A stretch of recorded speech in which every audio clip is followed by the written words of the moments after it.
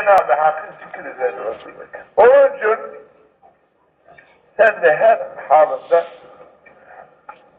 Allah-u Teala zikret. Bir de emir etmiş, buyurmuş hadisidir. Ceddidu imanekum. İmanınızı tazeleyin. Kıyla ya Resulallah. Keyfe tüceddidu imanına. Biz imanımızı nasıl tazeliyoruz? Emrediyorsa tazeleyin. Kâle üksürû min zikrillah ilahe. Allah ilahe illallah çok söyleyin. Çünkü bununla imanınız kaviler artar, etikadınız kavi olur Allah'ın zikriyle. Bunun için daima imanınızı Allah bu kelime-i tevhid ile tazeleyin emretmiştir. Ve kâlallahu Teala Cenab-ı Hak buyurmuştur. İnne fî halkis semâvâti vel ardı ve ihtilâfil leyli vel nehâr le âyâtun li ulil elbâb ellezîne yezkurûnallâhe kıyâmen ve ku'ûden ve alâ cunûbihim ve yetevekkerûne fî halkis semâvâti vel ardı. Bunu bahsediyor. Diyor ki Cenab-ı Hak diyor ki sizin için aklı selim için semavatın yerin halkında, yaratmasında, hılkiyatlarında gecenin ve gündüzlerin böyle muhtelif oldukları kısalıyor, uzanıyor. Bu gece şeylerin, gündüzlerin ihtilafında sizin için Cenab-ı Hak akıl sahibi olanlar için Cenab-ı Hakk'ın büyük bir kudret kuvveti vardır. Eğer düşünürseniz, tefakkür etseniz Cenab-ı Hakk'ın bildiğine, kudret kuvvetine, nimetlerine sizin için kafidir. Çok kimseler ki Allah'ı ayakta anarlar. Ve otururken ve ala cunubun mesela uzanır sağ tarafında, sol tarafında ya da arkası bile bu şekillerde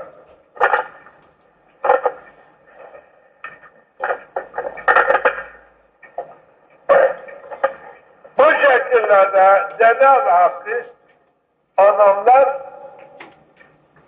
yani ehl-i saadet olurlar.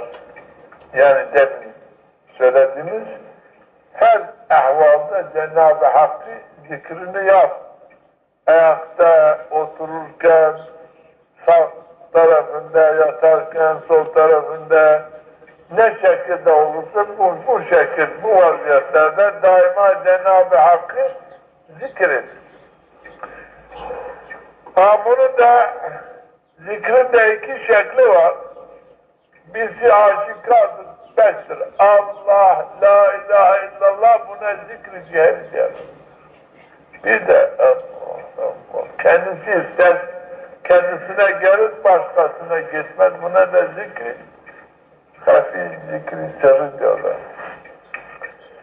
Yani bazı yerlerde var ki bu zikri ciheri yapmak caiz değildir.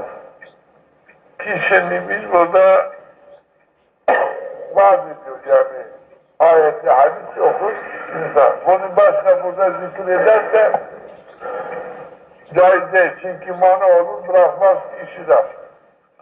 Mesela cemaat namaz kılıyor. İmam durmuş namaz. Birisi bu camide zikir ederse cehri 5-6 kişi ya bir kişi ya Kur'an okursa veya cehri ederse caiz değil. Çünkü cemaatin huzuruna mana olur. İmamın işitmesine mana olur. O vakit de caiz değil. Bir de Kur'an-ı Kerim okunur. O vakit zikir etsen halkı çünkü etti mi halkı Kur'an'ın sesinden mahrum edersin. Caiz değildir. Bir de çarşılarda dolaşıyorsun, halk konuşuyor. Hamamlarda, kahvelerde, pislik olan yerlerde, sonra alay eden, bu gibi vaziyetlerde, abdesthanelerde, böyle pis olan yerlerde cehren zikir etmek caiz değil. Kur'an da okumak Caiz değil. Eğer bunların haricinde olsun, caiz sahip.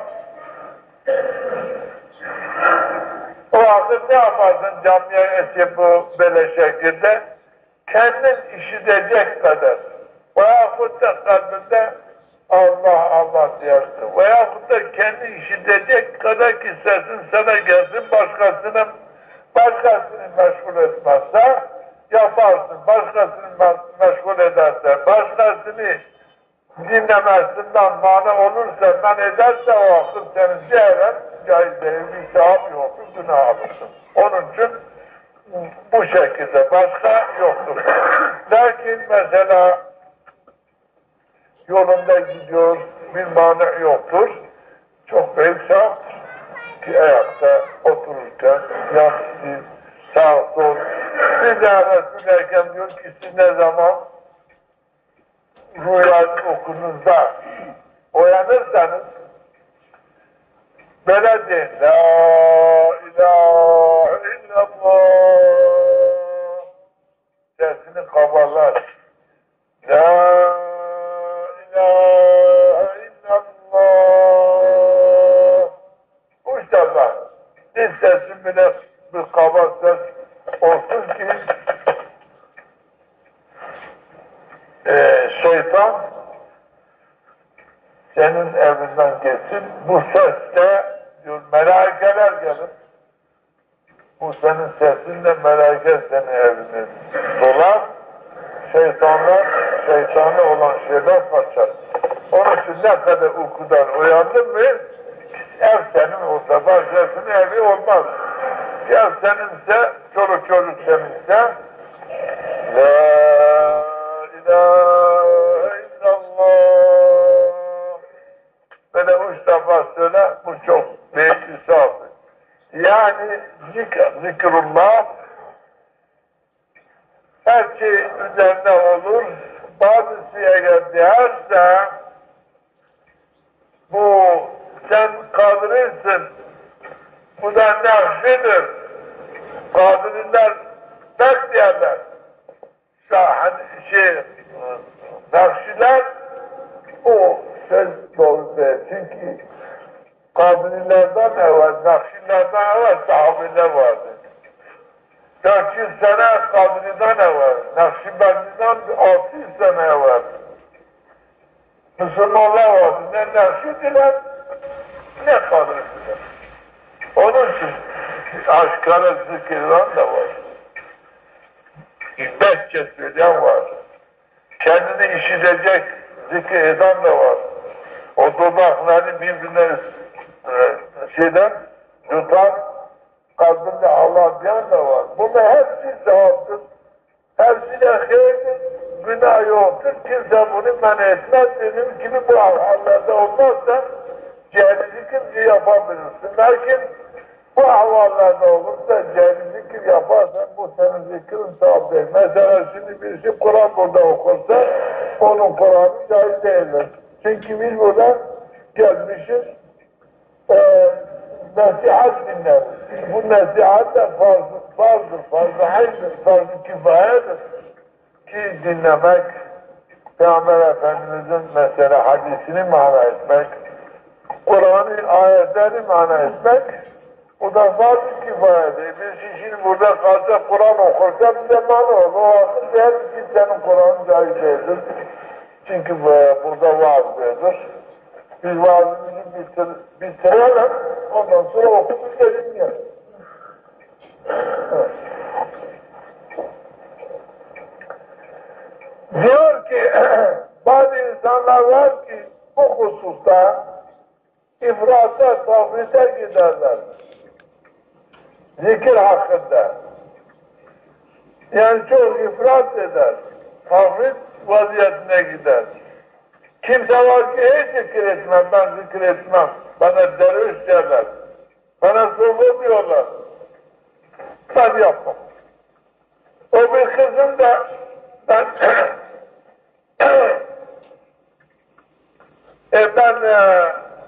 başka farzları bir şeyler dinlemem, ben hoşuma gitmez. Zikir çok, yalnız zikir bana hoşuma gider. Sünnetleri bırakır, farzları bırakır. vacip olan bir şeyleri bırakır. Allah Allah der geçer, namaz vaktini geçirir, namaz kılmaz, kalkar zikir eder. O da olmaz. Namaz kılmaz, zikir eder. Namaz kılmaz, dervişlik eder. Mesela vacip olan, farz olan şeyleri getirmez, ifrat eder, sünnet olanları yapar, farzları bırakır, sünnete kaçar. Bazı var ki farz yapar, sünnetleri yapmaz diyor, bu da doğru değil. Bu iki yol da doğru değil kitap yok. Lakin insan sünnet hesabıyla fazla bırakmak caiz değil. Sünnet değildir. Ben farz olanı yaparım. Kur'an ne demişse onu yaparım. Kur'an'ın demediğini şey yapmam. Bu da doğru değildir. Onun için evvela diyor sen üzerine lazım olan evvela farz. Ne ki farz varsa evvela farzlarını yapar. Sonra farzdan sonra Peygamber'in emrettiği sünnetler var ki farzların sünnetler var. Bu farzların sünneti eda ettikten sonra işte can istediği hangi zikir la ilahe illallah dersin, Allah dersin, Subhanallah dersin, Elhamdülillah dersin, Allahu Ekber dersin, Estağfurullah azim dersin, Allahümme salli ala seyyidina ne dersin diyebilirsin. Bunu da bırakmamalı. İkisini de beraber götürmeli. Yani boş durmamalı. Bir de ki şer'i şekilde yap. Kendi aklınla, kendi şuuruna hareket etme. Bir insan kendi aklıyla, kendi şuuruyla iş yapmaz, hata, günah. Bir şey Peygamberden işitmemiştir.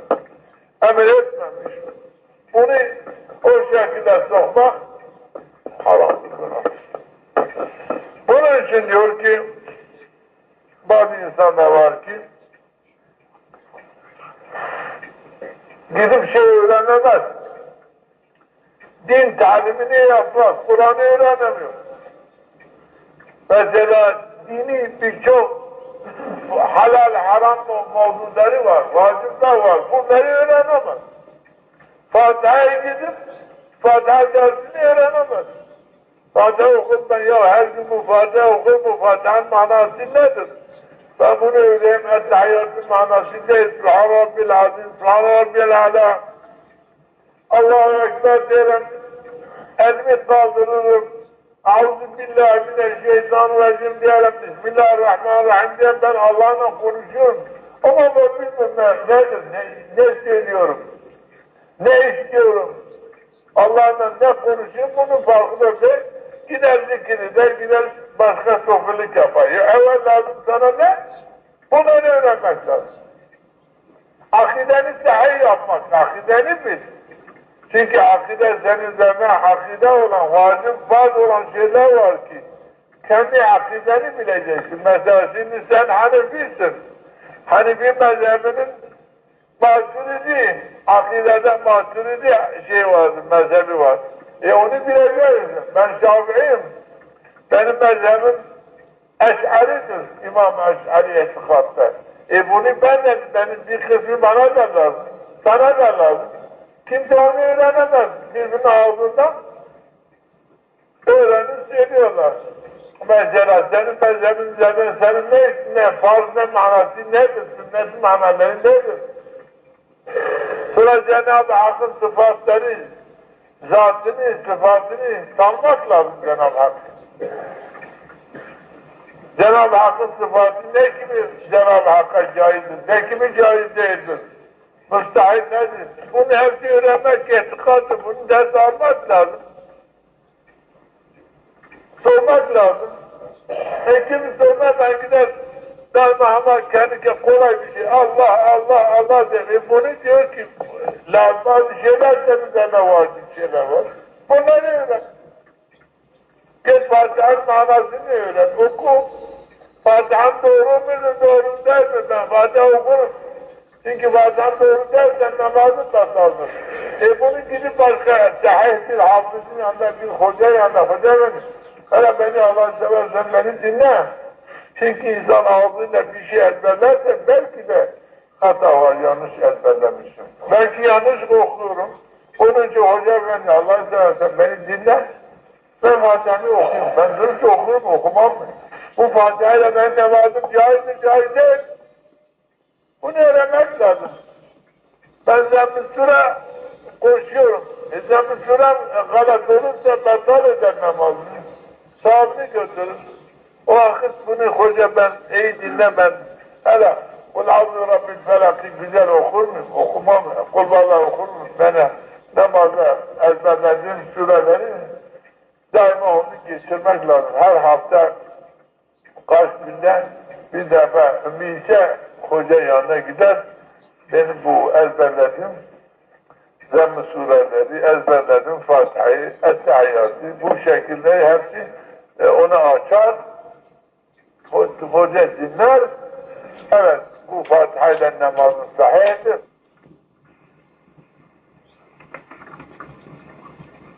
Dikkat var, ben.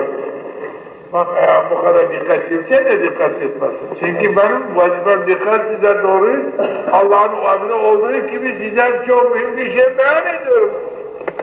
Bak bu eziyeti çekiyorum, hakikati diyorum. Senin ne hakkındır ki sorumsuz dinleme hakkı var. Yoksa kapı açıktır, çıktı. Durursun, ben nasıl şimdi eğer ben hakkımdan tecavüz edersem bana söyle. Hoca doğru söyle, hakikat olduğu gibi söyle. Ben de doğru olarak, hakiki olarak seni dinlerim. Öyle olmaz mı? Sen söyle, yok o kabul etmez. Ben kendi vazifemi yapan, sen de kendi vazifeni yap. Lahum mağfiretun. Onlar için af mağfiret var. Yani günahlarının affı var. Ve rizkun kerim.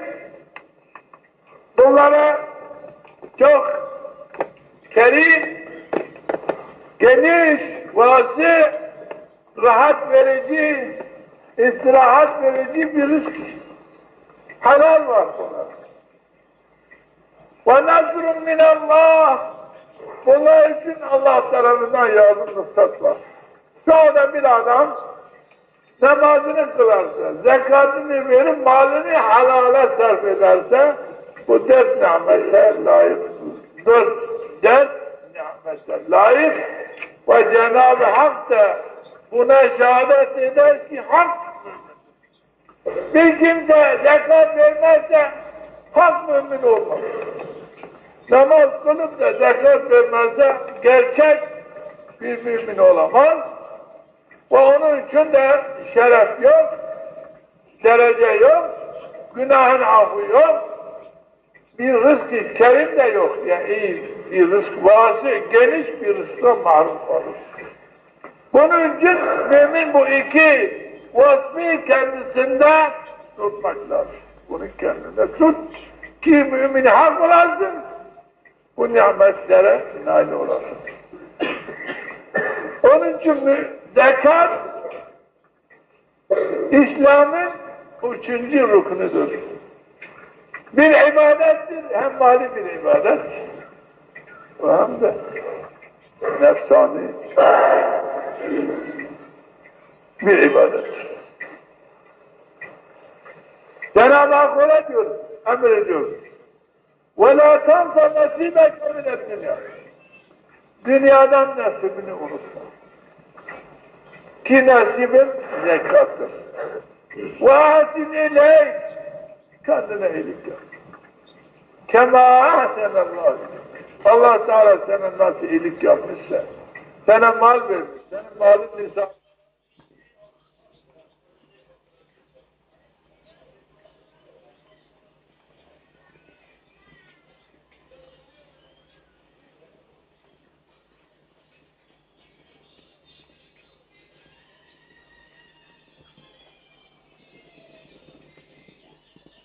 Bu malının devizidir zekat.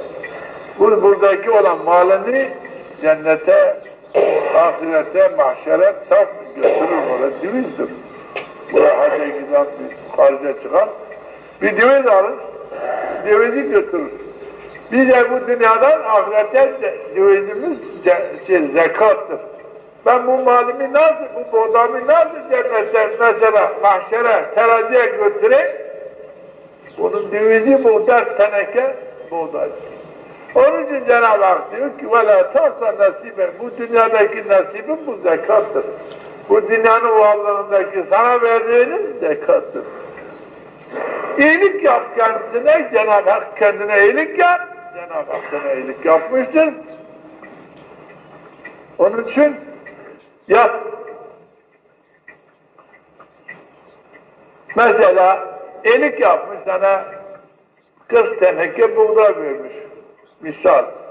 Bu 40 tenekedeki nasibin bu 4 tenekedir. Bu 4 tenekeyi verdin mi? Bu 4 teneke senin 40 tenekeni mahşere gittiğiniz zaman Resul-i Ekrem diyor teraziye durursun. Bu 40 teneke buğdanı hiçbir habis şaşmadan, noksan olmadan bu tamam buğdayı orada bulursun. Bu buğday dünyada en birinci buğday şeklinde geliyor. Ki en birinci bir teneke, gaz tenekesi 22 kilo çıkar. Buğday hep bu şekilde teraziye girer, sahibi olarak tartılır, günahlarını yok eder. Sahabını ağırlaştır, seni cennete götürür. Eğer vermezsen, melaike bu 4 teneke buğday senin sırtına verir Resul-i Ekrem diyor. Senin sırtınla sol taraftaki götürür, teraziye sırtınla o teraziye koyar, senin günahın fazlalaştırır, sahabını eşlik eder, cehenneme götürür. Onun için Cenab-ı Hak diyor ki وَلَا tansa nasibeke mine dünyadan nasibini unutma. Resul-i Ekrem diyor ki Cenab-ı Hak sana 40 sene keçi verdi, ya koyun verdi. Bu koyunda ta 120'ye kadar senin nasibin bir koyundur. O 120 koyunun dövizi bir koyundur. Sen bir koyun versen kıyamet gününde 120 koyunu orada mevcut bulacaksın ki en besli, en güzel şekilde bulacaksın. Bu 120 koyun teraziye paskıla gider, tartılır, olursa senin sevabın artar, günahın yok eder, cennete gider. Eğer vermezsen Resul-i Ekrem diyor, melaike senin sırtına verir o koyunu, o keçiyi. Terazi sol tarafına götürür, günaha girer, tartılır, günahkar olur. Bu koyunların seni bulur mahşerde, bulduğu zamanki zekatı vermeni tepeler altına alır, ayakların altından çiğner, güdüm gelir. Ta kıyamet bitince kadar bu hal başına getirir. Rüsva eder. Resul-i Ekrem diyor ki, ey mümin utan! Kıyamet gününde bu alem içinde kendini rüsva etme. Yükünü sırtınla taşıma. Çünkü ateşe, cehenneme meykale olmaz. Sırtında günahını taşıma. Çünkü müminsin Allah'a inan. Diyor ki böyle taşıyanlar Müslüman cemaati, mahşerdeki halk. Ulan sen hiç bu günaha inanmadın mı? Sen bu günaha hiç imanın yok mu diye. Utanmıyorsun bey bu günahlarını sırtına almış. Bunu nereye gidiyorsun? Biliyorsun nereye? Cehenneme gidiyorsun. Almışsın. Sen Müslüman niye Allah'a Peygamber'e inanmadın bu felaketi başına gelsin? Yüzüne tükürdü. Kendini utandırma oraya. Kendini rüsva etme. Zekatını ver. Onun için zekat büyük bir saadet. Resul-i Ekrem diyor ki mahşer gününde bazı insanların günahı dağlar kadar var. Hep dağı kadar belki acılar görmüşsün. Bu dağ kadar günahlar böyle yığınır, cisim olur. Çünkü günah olur, cisim sevap da cisim olur. Bu cisim, insan diyor ki ya bu günah, sahibi bir insan bu cennete gider mi? Böyle hep dağı kadar günah var. Bu günahın sahibi artık cennet yüzünü görür. Sonra namazı gelir. Zekatı gelir. Teraziye girer, o dağın kadar günahı yok eder cennete. Diyor ki, bazı insan var ki sahiplerin Uhud dağı kadar sahibi var, hayri var. Lakin insan diyor ki bu hayır sahibi olan bu dağ cehenneme gider. Sonra diyor ki zekatı vermemiş, namaz kılmamış, bu günahlar gelir, o bir tarafa gider, bu hayırlar hepsi yok eder, cehenneme gider. Onun için Vallahu ya'idukumul mağfire. Cenab-ı Hak zekatın vermesiyle size af mağfiret vaat eder. Zekatını ver seni affeder. Çünkü o malını getirir, orada olur, sahip tartılır, günahın azabından kurtulursun. Bize affını vaat eder. Ve şeytanı ya'idukumul hak. Şeytan da diyor zekatını mesafir olursun. Şimdi şeytanın sözüne inanıp da Cenab-ı Hakk'ın vaadine inanmayan adamın yeri var mı? Ya Müslümanları var mıdır? Bir kimse ki ben sizden sorayım. Bak tekrar size söyleyeyim. Cenab-ı Hak diyor Kur'an'da Vallahu ya'idukumul mağfire. Sizi zekatın vermesiyle affını size vaat ediyoruz ki ben sizi affederim eğer zekatınızı verirsem. Ve şeytanı ya'idukumul fak. Şeytan diyor verme fakir olur. Senin anının teridir. Çalışmışsın. Bu 4 teneke buğday ne bilirsin? Sana 100 tane buğday daha lazım. O da senin kimi çalışsın. Senin buğdayla mı? Aldırma vermeden. Kim var? Kim almış? Allah'ın malıdır. Elin malı mıdır? Onun babasının malı mıdır? Allah büyüktür. Allah gafur rahimdir. Allah bile ufak şeylerle uğraşmaz. Diğer bu şeytanın şeyine böyle fetvasına uyan, vaadine uyan, Cenab-ı Hakk'ın vaadine uymaz. Şimdi bir insan sizden sonra Allah'a inanmayıp da şeytana inan kimse, inanan bir kimsenin cennete yeri var mı? Onun için zekatını verir. Zekat insanın büyük bir rukundur. Zekatını vermeyen bir kimse Cenab-ı Hak yalancı bir mümin. Namazını kılıp da zekatını veren doğru hakiki bir mümin. Hakiki mümin olduğu bak dedik onun derece var, şeref var, azizlik var. Bir de günahlara affı var. Bir de rızk-ı kerim var hem cennette hem dünyada. Bir de zekat insanın malını arttırır. Memleketleri imar eder. Senin tarlana gübre gibi kuvvet verir. Malına her şeyine. Onun için zekatın birçok faydaları var. Zekat vermeyen memleketi imar olmaz. Harap olur. Arazisi verimli olmaz, verimsiz olur. O bereketli olmaz, bereketsiz olur. Ne yapsan hepsi gözü dar, aç. O mesela Hazreti Ömer zamanında bir tek teneke buğday ekerlerdi 700 verirdi. Bir teneke, bir ölçek ekseydi 700 ölçek kaldırırdı.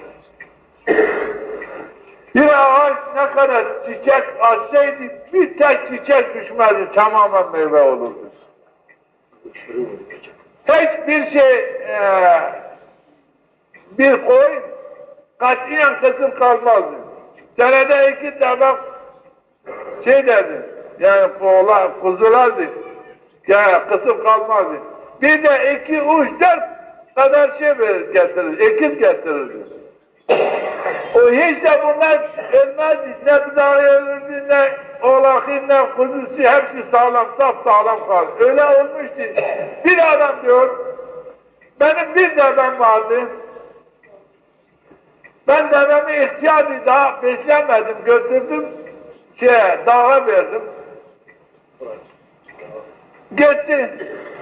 15 sene sonra Bana herkes söyledi ya dağda büyük bir deve sürüsü var.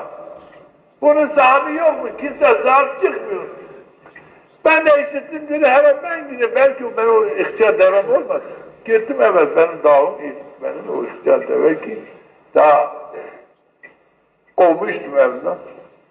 Dağda kalmış 15 sene 100 deve olmuş. 100 deve olmuştur.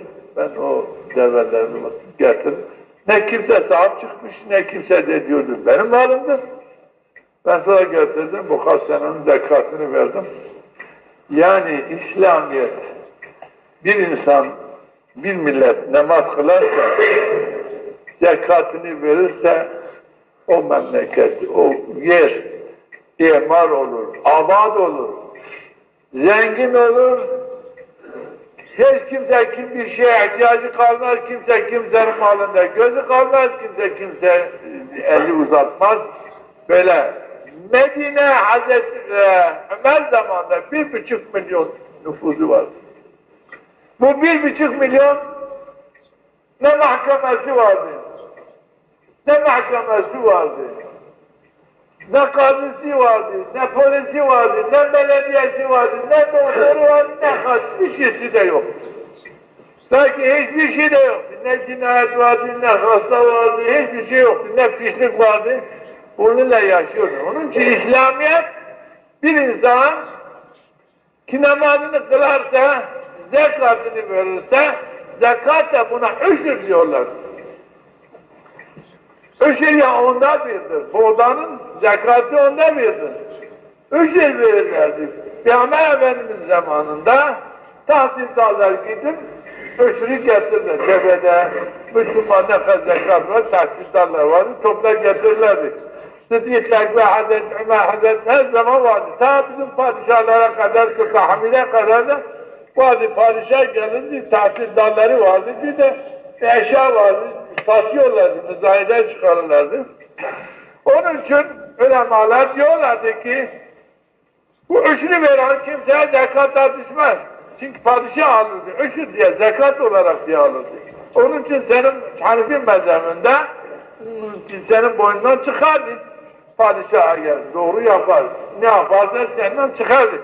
Onun için hocalar hepimize derdi ki size bir daha zekat düşmesin ki Hanefi mezhebinde padişahın hakkı var. Peygamber de zekat topluyordu. Alır fakir ehline verir. İslam ordusuna her şey sarf eder. Onun için lakin sonra bunu kaldırdılar ki bu dini bir meseledir, üşürdür. Hükümet layıktır dedi, bize ayıptır. Hem layıktır hem de zekat almak ayıptır, bunu kaldırdı. Bitti. Lakin benim sizin boynunuzdadır. Vermezsin.